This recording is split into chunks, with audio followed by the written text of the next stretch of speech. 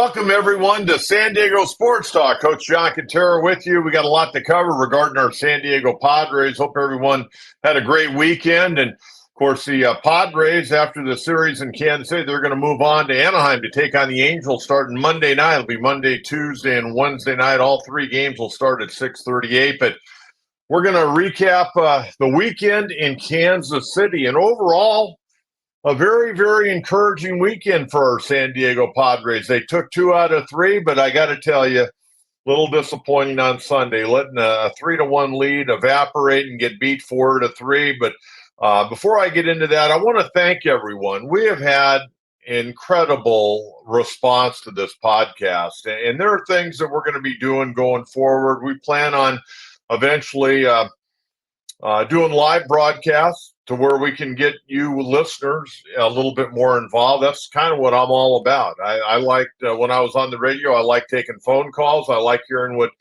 you folks have to say about whether it be the Padres, the Aztecs, the Sockers, the Gulls, the Legion, the Wave. It really doesn't matter what team. We want to be able to get some fan response. But, like anything you start up, it's a work in progress. Maybe at some point in time, there'll be somebody out there that wants to sponsor our program, and we can glitz it up a little bit more with the bright lights. But more than anything else, after I left radio, I've had so many of you, and it hasn't really slowed down. It slowed down the last couple of weeks because I started this podcast, but a lot of you have really been encouraging me from day one. Hey, you got to start your own podcast, Coach. You're a guy that knows San Diego inside and out sports-wise. I love San Diego. It's my hometown. And I'll always talk sports. I may not always do a podcast or always be on the radio, but I'll always talk sports, whether you see me at a youth league softball game, a soccer match, or an Aztec football game, Padre game. You can always approach me, and I'll talk with you. But I just wanted to say thank you. The response has been fantastic. We've had some incredible ideas. And again, we're just getting this thing up and running. I wanted to get back, talking ball with you. Because there are not a lot of shows out there that can really talk baseball inside and out. And I certainly pride myself on breaking it down, evaluating different performances. We're going to talk about some of the Padre players on this broadcast today. But overall, I want to get into the weekend in Kansas City. The game on Friday night was just unbelievable. And really, it kind of came back in some ways on Sunday to haunt the Padres because they had to use Jeremiah Estrada in 2 different ball games. And because of that, Robert Suarez had to pitch the other night because Stephen Kolek couldn't get the job done, and they had to bring Suarez in. So those guys were unavailable on Sunday to be able to close out a ball game.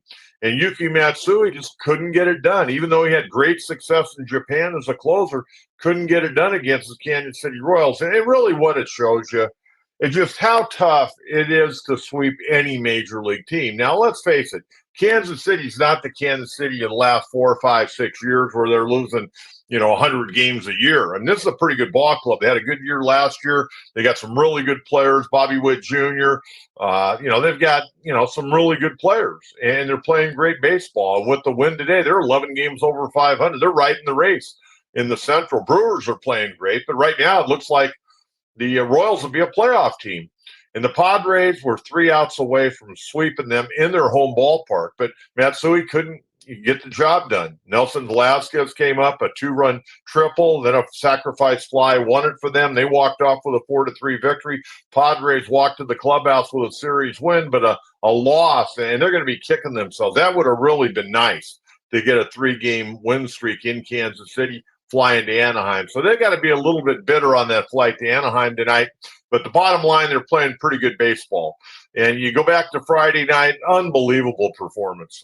Unbelievable performance the other night from the standpoint, winning that game 11-8. They had 18 hits. Of course, Padres in that 8th inning the other night, they trailed 3-2 going to the top of the 8th. They had 7 straight singles. Before recording an out, Campusano struck out. We're going to talk more about Luis a little bit later on in the broadcast. But in all, the Padres recorded 11 hits in the 8th inning, 10 singles. Cronenworth had the only extra base hit, a 2-run double. Padres put 9 runs up on the board in the 8th. And then they had to hold on for an 11-8 victory. And I mentioned Velasquez had the big triple Sunday. he led off the ninth inning with a homer, and he came about 5 feet from tying the game on a 3-run homer off of Suarez for the final out of the ball game. That's why Suarez had to come in, because Kolek just had a rough night. I mean, Steven, he's a young guy. He's a Rule 5 guy. I think there's some really good upside with him, but he's going to have those hiccups. And he had a big hiccup the other night. I mean, he lasted 2/3 of an inning, got charged with 6 hits and 5 earned runs. His ERA climbed up to 6.66. But any day you don't have to use guys like Estrada, who's been off the chart, or a Suarez, it allows them to, be in there the next couple of days. I mean, you never want to use a reliever. I don't care who it is.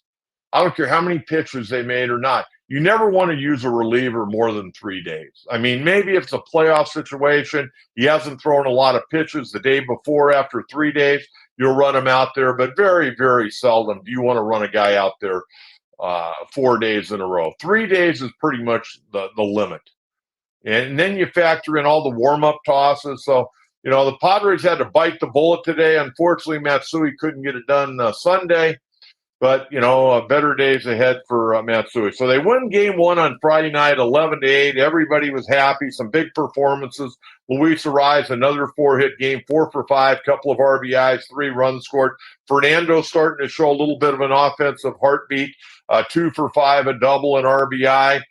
Profar, another big game, 3 for 5. Cronenworth, 2 for 5, a double, 3 RBIs. Manny, 2 for 5, an RBI. Donovan Solano, who we're going to talk more about here shortly, 2 for 3 with an RBI. Jackson Merrill continues to hang in there. I've been so impressed with Merrill. I got to be honest with you. I wasn't sure he would be here as long as he's been here, and he's earned his spot. And you know what? He may take a few circuitous routes to the ball in center field, but overall, Jackson Merrill's played some great baseball, and he's definitely, he probably won't win the Rookie of the Year award, but you know what? He's going to get some votes, and he certainly deserves those.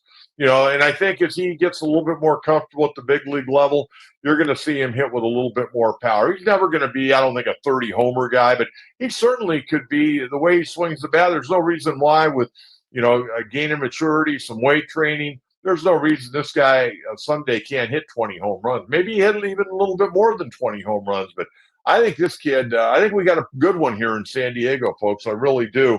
Ha-Seong Kim had a hit in that ball game the other night, and, he's starting to show signs of slowly coming around, even though his average is way down. Then Saturday afternoon game, Padres, hey, they found a way to get it done. I mean, 7-3 victory, out-hit the Royals 11-8.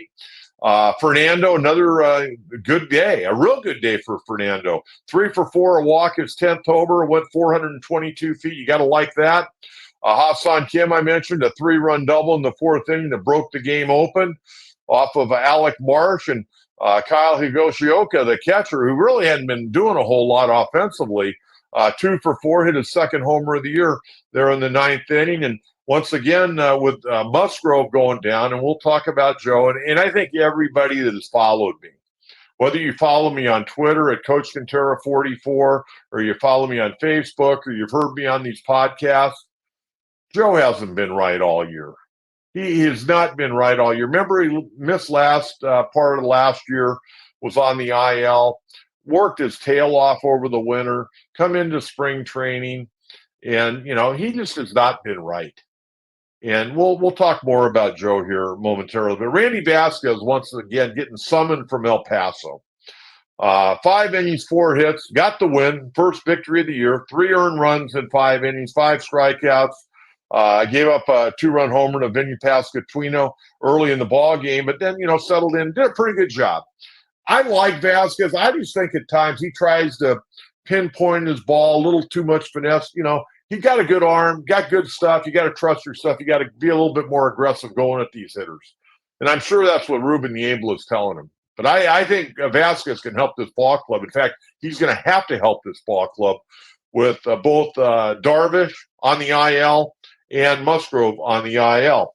Morejon came in, inning and 2/3, couple of hits Saturday. Jeremiah Estrada, an inning, 2 hits, a walk, 2 strikeouts, lost his record. Well, he holds the record 13 straight, but ended up walking a base runner intentionally, so that went by the wayside. Wandy Peralta, 1/3 of an inning, and Robert Suarez came in, closed it out, non-safe situation. That's what hurt. You had to bring Suarez in that non-safe situation after you used him on Friday night to close the game out because Cole couldn't hold that big lead in the ninth inning. So Suarez had pitched 2 days in a row. Then you come to Sunday, and Padres are playing a good game. I mean, Michael King is pitching his tail off right now. I mean, he looked great. I mean, 7 innings, 4 hits, a run, 2 walks, 4 strikeouts. Maybe not overpowering like we've seen Michael in the past. Man, he threw a good ball game. Hey, I'm going to tell you, this Kansas City lineup is pretty doggone good. And the Padre pitching staff did a hell of a job against them over the weekend. They really did.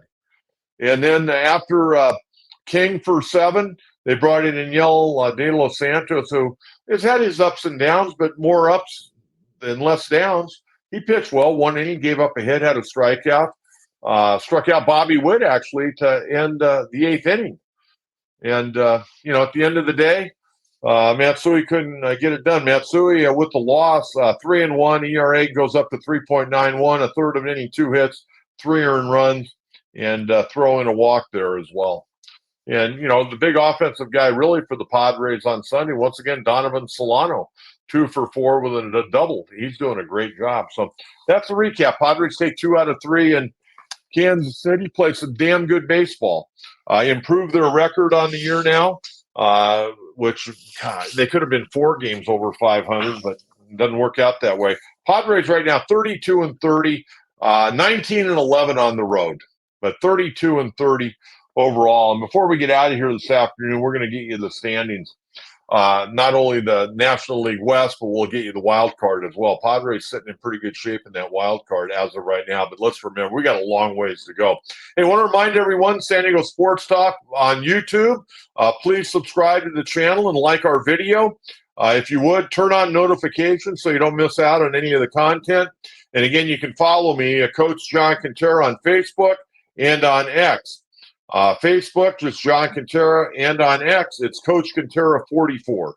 On X, Coach Kentera 44. Would certainly appreciate it if you would subscribe. We're doing pretty good with the subscriptions at this point. Of course, it's all free.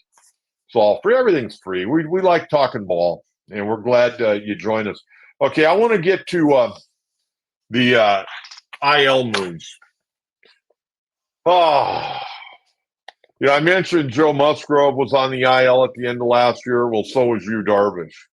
Now, Yu Darvish's injury now is completely different from a year ago. Last year, it was his arm. This year, right now, it's his groin. He injured his groin in his last start. Was only able to go 3 innings. So he goes on the IL. Officially, a left hamstring tightness and groin strain. They retroactive that move to May 30th. So hopefully Yu's able to come back. He's throwing really good. Last 2 starts weren't good.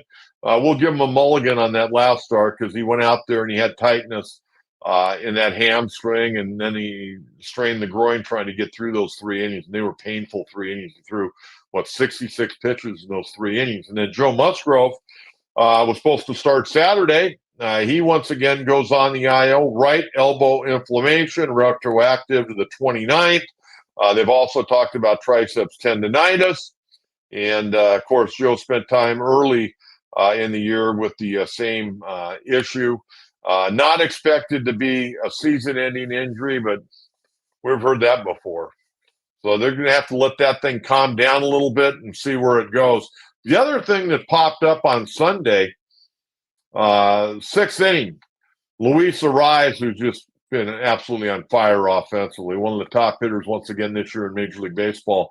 He slid into second base, jammed his neck a little bit, jammed his shoulder. The trainer came out. They eventually took him out of the ball game, more precautionary than anything else. Mike Shildt said after the ball game on Sunday, doesn't appear to be anything serious. Well, we'll find out Monday night, see if he's able to play Monday night against the Angels. So Luis Arraez, they didn't say day-to-day. They said nothing significant. It'd probably be a little bit sore, but I would certainly expect him to be in the lineup on Monday night. But, again, we'll have to wait and see. Sometimes these teams, they They don't tell you everything they need to tell you because they want to, I guess, have trade secrets. But that's what we're getting after the ball game. Okay, I want to talk a little bit about who's hot, and then we're going to get into who's not. But the guy that's hot is Donovan Solano. When they signed him, I was really excited. This guy hit 282 a year ago with the Minnesota Twins. Yeah, he's long in the tooth, 36 years of age, but he can play second. He can play third. He can play first. He can DH. I mean, he can help the ball club, and he's already helped the ball club. And, I was looking at his numbers. Talk about a guy hot. Wow. Donovan Solano in his time with the Padres. Remember, he signed and they sent him to El Paso, and he wasn't in El Paso all that long. Donovan Solano, 47 at bats so far. He's hitting 404. 47 at bats, hitting 404 with a homer, 4 RBIs, and OPS right now of 1,004. In his last 7 games, he's 11 of 21. 11 of 21. So Donovan Solano, a very nice ad by general manager A.J. Preller. You really wonder why guys like Solano, I mean, they're not going to break the bank. You wonder, why didn't this guy get signed by an organization sooner? I mean, he had a good year last year with Minnesota, hitting 282 and played a lot. It's amazing how some of these guys stick around out there on the free agent market, and then they get signed, and they're either really good or really bad because they miss spring training. But Solano's just a ball player. He knows how to put the bat on the ball. Good, doesn't overswing, goes with a pitch. A very, very consistent ball player. No question about it. All right, let's get to who's not. Okay, because here's a guy I'm starting to get a little concerned about. Is Luis Arraez, or not Luis Arraez, Luis Campusano. Excuse me. I'm concerned about Arraez's shoulder, but not in his neck, but not about his bat. But Luis Campusano. Here's a guy a year ago considerably got more playing time as he went, and did a good job and earned every second of it, every second of that playing time. Had a good spring, came into the year, got off to a good start, and all of a sudden now he can't buy a hit. I was looking at his numbers today. Campusano right now is hitting 224.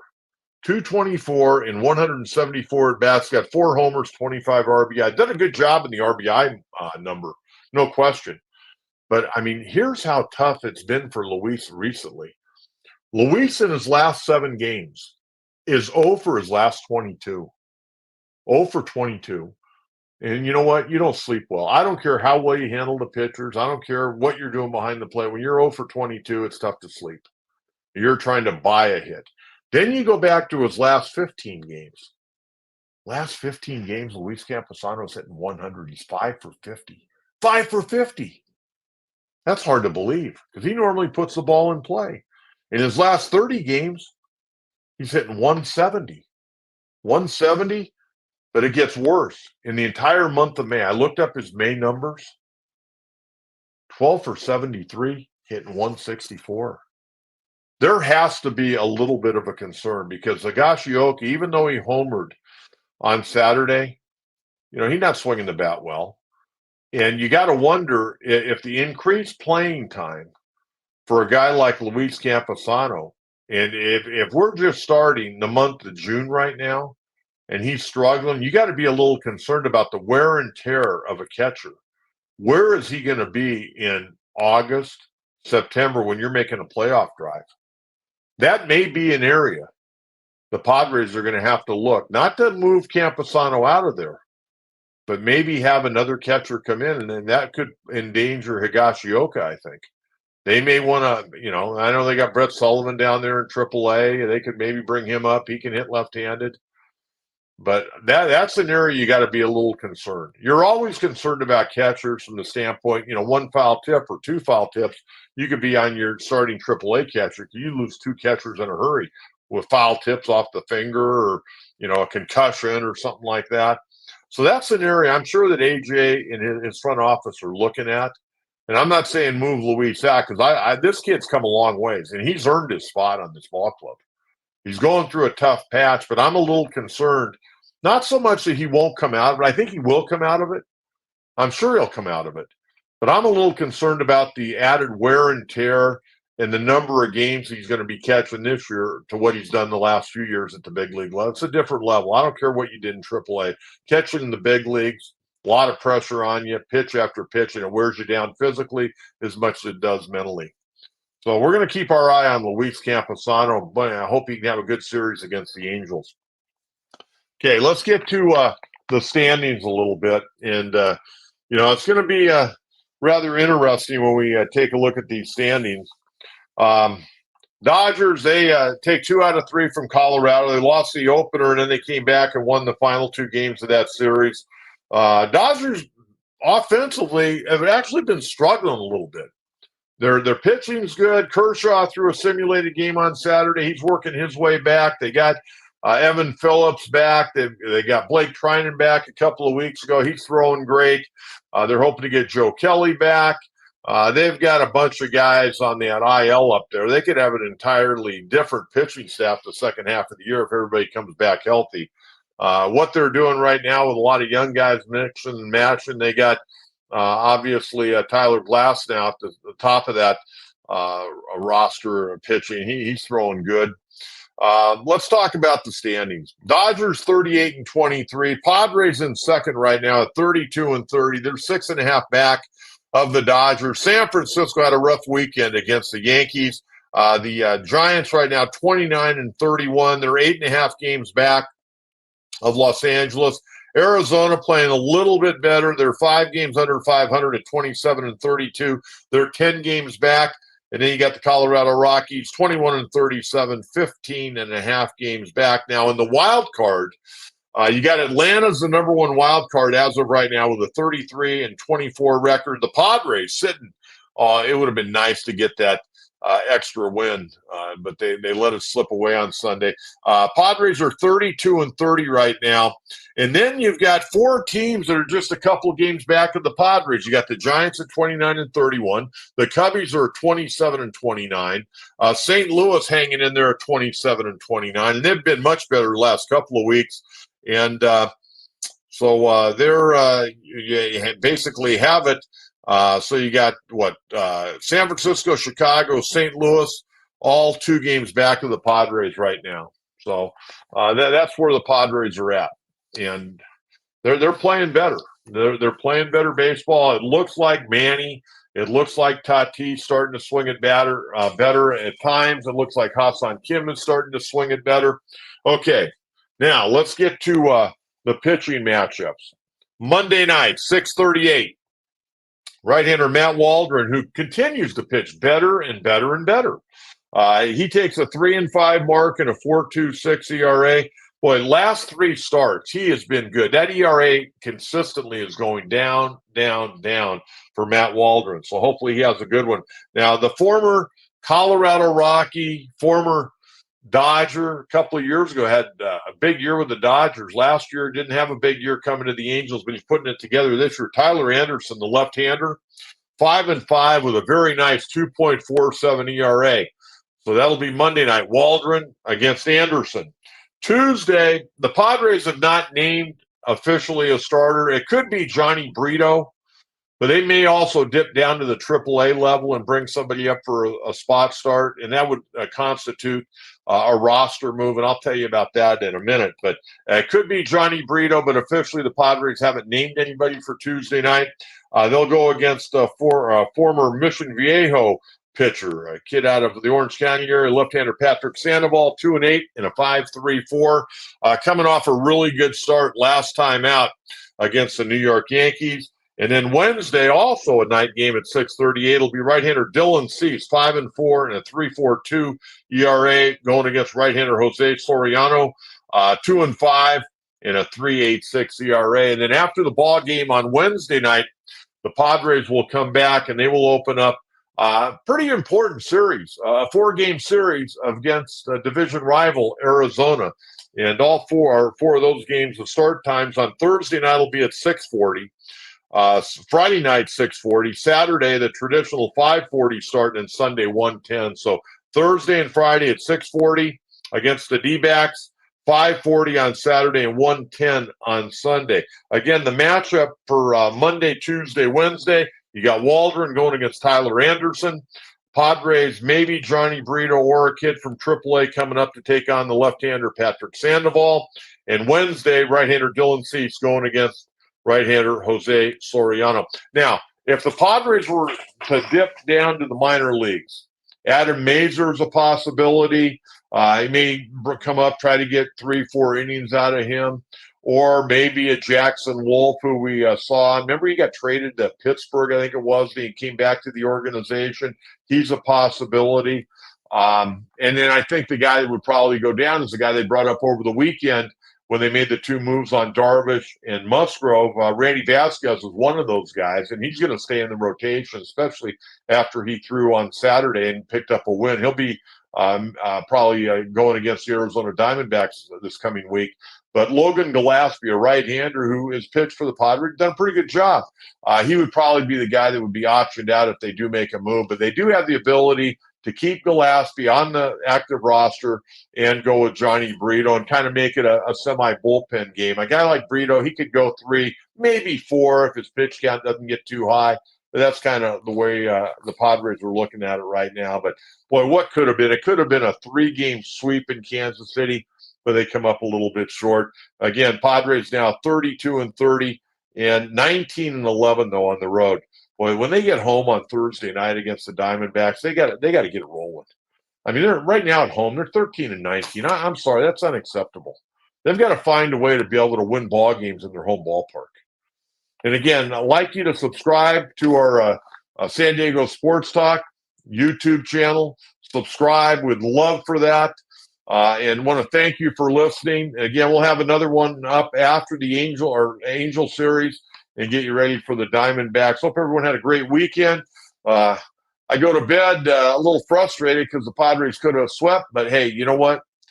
Like Mike Shildt said last week, win 2 out of 3, and at the end of the year, you're sitting in pretty good shape. And I think right now the Padres are playing probably as good a baseball as they've played all year. Let's hopefully they can keep it going against the Angels. I thank you very much for tuning in. And again, follow me on Facebook at John Kentera and follow me on X at Coach Kentera 44. Until then, next time, Coach John Kentera, have a great week, everyone. Thanks again for tuning in. Bye-bye.